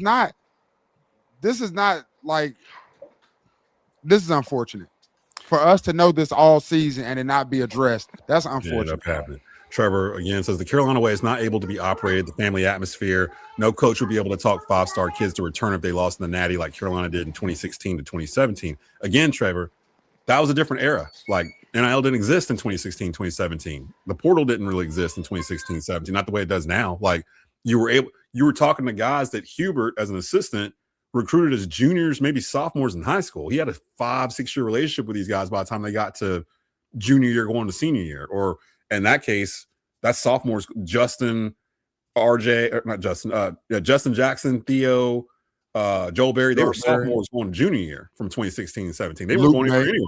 Luke May, like they were going to be here for 3-4 years regardless. We don't have that going on yet. I think they planted some seeds for some of the kids that are here right now, like Isaiah Dennis, Derek Dixon, Zayden High will be here next year probably, unless they gently nudge him out and get a bigger man. Like, you know what I mean? Like stuff like that. So it's not the same world. We've got to get out of the mentality of comparing it to previous eras when they're not the similar eras anymore. You can't really compare them like that. So then, but you're in the same vein. You still want to continue to keep the traditions of past eras. You still want us to hire within the Carolina family, and you still want us to still run like a I don't know if you want a too big lineup, but I know that there are like I don't necessarily agree with hiring within the family for the next hire personally. Like I know they probably will because that's been the tradition. But the same way we're talking about certain traditions are getting stale and old and we need to switch things up, that may be one as well. What if we don't have another great coach inside the Carolina family right now? I keep seeing Jerry Stackhouse name popping up in here. Is he I still do there? too, but what does Stack do? Listen, I'm gonna be real with you. If Jerry Stackhouse ever gets a coaching job at Carolina, assistant, anything, it's gonna be a change because Jerry Stackhouse is one of the ones he gonna cuss you out and he gonna let you know, but he gonna love you, but he gonna love you at the same time. He's still at Vanderbilt. He's the Vanderbilt coach, isn't he? No, he's not at Vanderbilt. No, he's not. He's an assistant for Golden State for the Warriors. Oh, okay, all right. Yeah. We're about to get out of here though. JP Monday says Daht is the voice of reason. Yes, I am. I mean, we're all kind of saying the same thing. Like, no, we're not going to fire Hubert. No, we don't want him fired. Let him cook a little bit. Let him build. They messed up last night. They could have won a game that they had in hand. They missed free throws. They let a team get confident and get back in it in March. They let a guard get hot in March, where we already knew we couldn't stop these guards from doing little step back threes and stuff to begin with. And they did the one thing you can't do in March in the second half, and that's not hit a field goal for like 8 minutes or whatever it ended up being in the second half. They didn't hit a field goal in the entire overtime period. We just scored overtime. Like, you can't do that. And that's not Hubert. Hubert took timeouts. Hubert's telling them, score, go score. We haven't scored in 6 minutes. But he can't go out and score for them. So for all these people that want to blame Hubert for 100% of it or whatever, that's fine if it makes you feel better. But the reason why we lost is because we didn't hit shots. We simply missed open shots and free throws. Nobody guards you on a free throw. We missed all that point blank. We were up 33 on Syracuse with Caleb Wilson and cut it to 5 in a minute to go. Is Brandon a Duke fan? No, we weren't. Caleb Wilson didn't. Caleb didn't. Did he play that game? The Syracuse game? I don't remember. But I do remember Syracuse. I do remember Syracuse coming back on us because I remember thinking, damn, man, like I think he was out. I think he was out. He was out because he was out. He had to be. Because the next time we played him in Syracuse, he was out, right? Yes. Yes, because that would have been after Miami. No, you know what? He did play. He did play because it don't matter now. It don't matter now, but yeah, because I remember saying now they're going to play us harder because Caleb's not playing. You get what I'm saying? Look at me like the players we know that Duke has. Take Cam Boozer off that team. They look like us. Yes. Oh yeah, like no, that's my point. They're average without Cam Boozer. Mm-hmm. Very, like they're very. He makes everybody better, and that's what Caleb Wilson was doing with us. And that was Daht's point. Like, so I get it. I just that's why when he got in foul trouble against us, it was just like the whole game changed. Brandon McClain is a bot. Ignore him. I'm happy that our show's getting big enough where we're getting bots in the YouTube comments. That's a sign of progress, I guess. All I'm saying is this team has not been this team since it was known that Caleb broke his finger. Period. Period. Someone answers the question: is the Carolina standard still the standard, or is it now okay to be mid? I keep seeing that sentiment. Is it okay to be mid? What do you mean? No, the Carolina standard. Can someone define to me what the Carolina standard is? Shit, I'm trying to figure out myself. Don't act like that now. The Carolina standard is competing for national championships every 3 to 4 years, as we did under Roy Williams' watch. Okay, so if that's the standard, then So am I wrong for saying the worst thing he could do was make that national championship his first year? Like, I think that's the only thing keeping him. That's the reason why he's still employed. I mean, yeah, for sure. Because if you take that away, that's why I told y'all those. You can say those Duke games, but they really don't matter because we didn't win anything. It's the end result, and Look, that's right. UNC has been to the national championship 3 times in the past 9 years, 2016 to now. Duke has 0 anything, no titles in over a decade. Exactly. And they still got the hype. It's like the Dallas Cowboys. Ugh. The Dallas Cowboys ain't won nothing since I was in high school. But every year is your year. But every year, not just every year is our year. Every year, somebody still is talking about us. People they gather around to watch us win or lose. Like I'm telling you, like it's nonstop. It is. It really is. It's nonstop. Like that's why they have the title of America's team, not because everybody in America roots for them, but because everybody in America talks about them. Either you root for the Cowboys or you hate the Cowboys. Period. There is no in between. And Carolina to that level, like the 3 championships in the 3 championship appearances since 2016 is one thing, but Duke is continued to be talked about because they continue to be in the recruiting conversation. They always have the number one recruiting class every single time, bro. And that is because of the Coach K effect. It's almost like not to go too dark, but it's just almost like the enslavement period. And get over that happened so long ago. But you gotta imagine, you gotta remember, they've been building on this for years. Like Duke didn't just become great last year.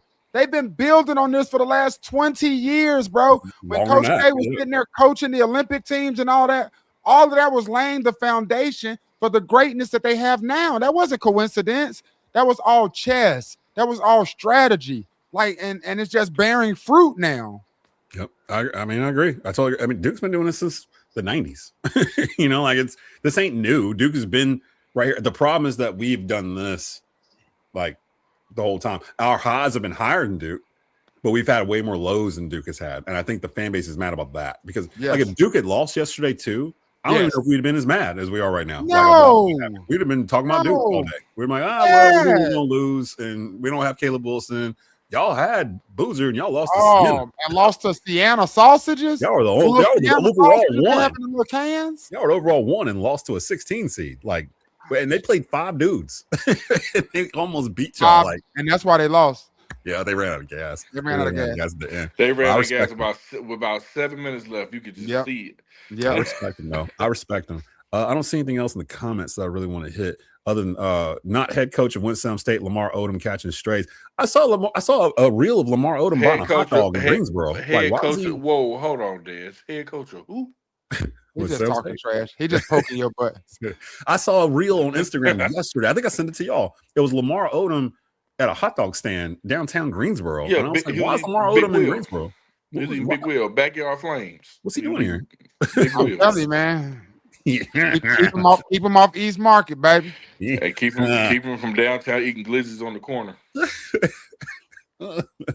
Walker Kessler, Dayron Sharp. These are names we forget. They were here for a year. They were bigs, 5-star bigs. Like, you know, Dayron Sharp is playing for the Nets still right now. That was when you was asking about when was the last time we had 2 5-star, more than 1 5-star. Yeah, that would have been pre-COVID. That would have been. And Walker Kessler left because R-Dub. Walker Kessler left because R-Dub wouldn't let him shoot threes. Really? My AAU coach will let me shoot threes. How come you won't let me shoot? And his daddy was pissed off about that. Because now he's in the league. He's a starting 5 for the Utah Jazz, and he shoots threes, and he leads the league in block shots. Well, not now, but he did when he was healthy. And see, that was just Roy, man. Roy was stuck in his ways on a bunch of fronts, and that's low key why he retired. It's old. You got to respect that, though. You got to respect knowing when it's time to go. Look here, King Abdul, Q5B. Hubert ain't won a GM, Dez. How many excuses this man get, man? $14 million roster, man. Not one guard can create their own shot, man. That's development and talent evaluation, man. Look, man, he didn't want a GM. He didn't y'all want a GM. Stop saying, man, both of y'all. He wanted a GM and told us so. That I want a GM. The school wants it. I want it. I recognize the school up the street has one. It's had one, and they keep beating us. We need to get on their level. We need a GM. He said it. Where's this coming from? He didn't want a GM. Like, that's not even Hubert's fabric. Like, to be, you're almost insinuating that he wanted to control it himself. I don't catch that vibe from Hubert Davis at all, that he needs to be this all controlling, my fingers are on every part of the program type of guy. I low-key think that might be some of the problem. That he's not that guy? Yeah. Want to be hands on like that? Maybe. Yeah, because Maybe he delegates so much responsibility, but then he has to sit up there and catch all the strays. Yeah. You dig what I'm saying? Like he's the only coach that's at these press conferences. You dig what I'm saying? So like, and he never throws any of the other coaches under the bus. Like he doesn't say, "Hey, it was Coach Lebo's job to be counting the 5 seconds," and he didn't do it. You know what I mean? So like, he just got to take all of that. I wouldn't go put any more of his comments up here, but Brandon McLean, Lynn Bias probably got paid in women. Man, that's true. Probably though. No cap. I was gonna say something. That's bad taste. No cap. Probably. You got a lot of confidence. You got a lot of confidence that they won't move on from Hubert. Why wouldn't I? I just laid out why they're not going to move on from Hubert. At least not this year. They just extended him in February of 2025. They're not. That's why I say y'all can scream fire Hubert to the mountaintop. He's gonna be there next year. He's gonna be there next year, and watch him be a top 3 team in the country, get to the Final Four, and y'all forget all this belly aching y'all did, all this right here. Y'all forget y'all even did it. Because I'm telling you this right here. If we got the 2 5-stars coming in, if we have 1 5-star say he's returning, that makes us preseason number 1. I think so. If they can, that makes us preseason number 1. Yeah, if Caleb stays and like how can you continue to say fire somebody who makes you preseason number 1 every other year, has you the national championships or Final Fours? Like it's just tough. It's dumb. Yeah. Because then you counter with, well, damn, Daht, yeah, we preseason number 1, but that year we didn't even make the damn tournament. Fair. So it's like, damn. Yeah, you got me there. I mean, and then bow to not play in the NIT. Yeah, which I agree with. I agree with. I don't watch them in the NIT. Like that's territory. But that's also because the games wouldn't have been in the Ding Dome either. That'd have been in Carmichael.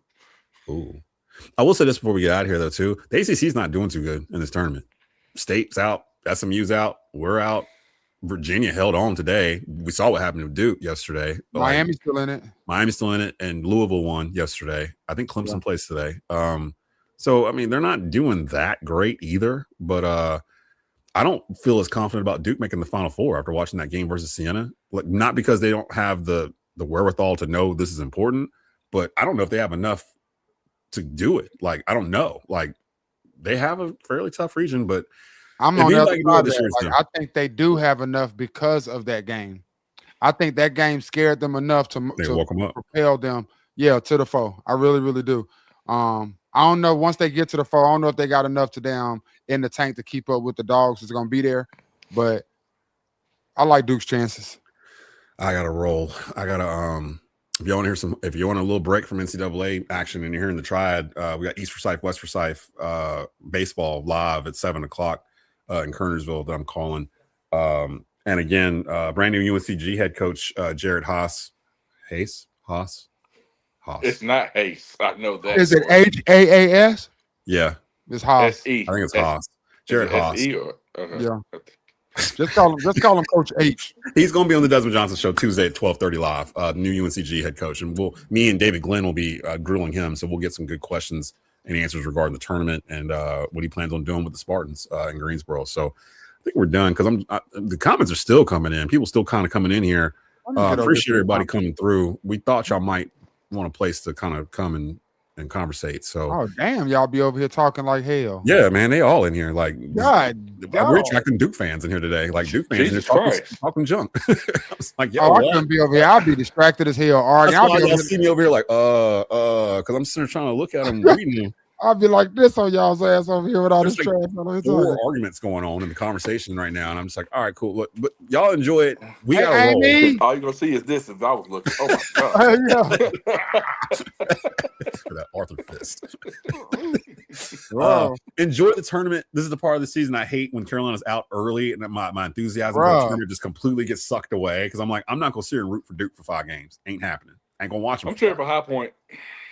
I'm a cheer for High Point, but that's when things are going to turn. I thought I was cheering for Miami, Ohio, and then it came out here and got built. Really? Man, they down 20 to Tennessee. Oh, man. It's almost over. That's 10 minutes left, but they down 20. They've been getting beat.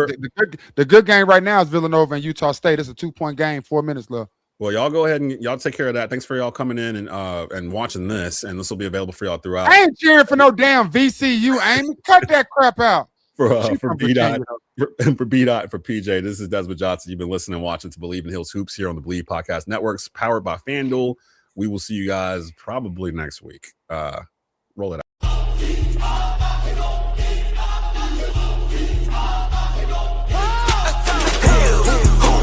We believe the truth. This is Daht Hill Nation, Carolina through and through. Hoops, yeah, we talk that blue. We believe in Hills Hoops. How about you? PJ with that jumper, still the truth. B-Dot, he the 6-man coming through. Desmond been the voice, and that's the root. We believe in Hills Hoops.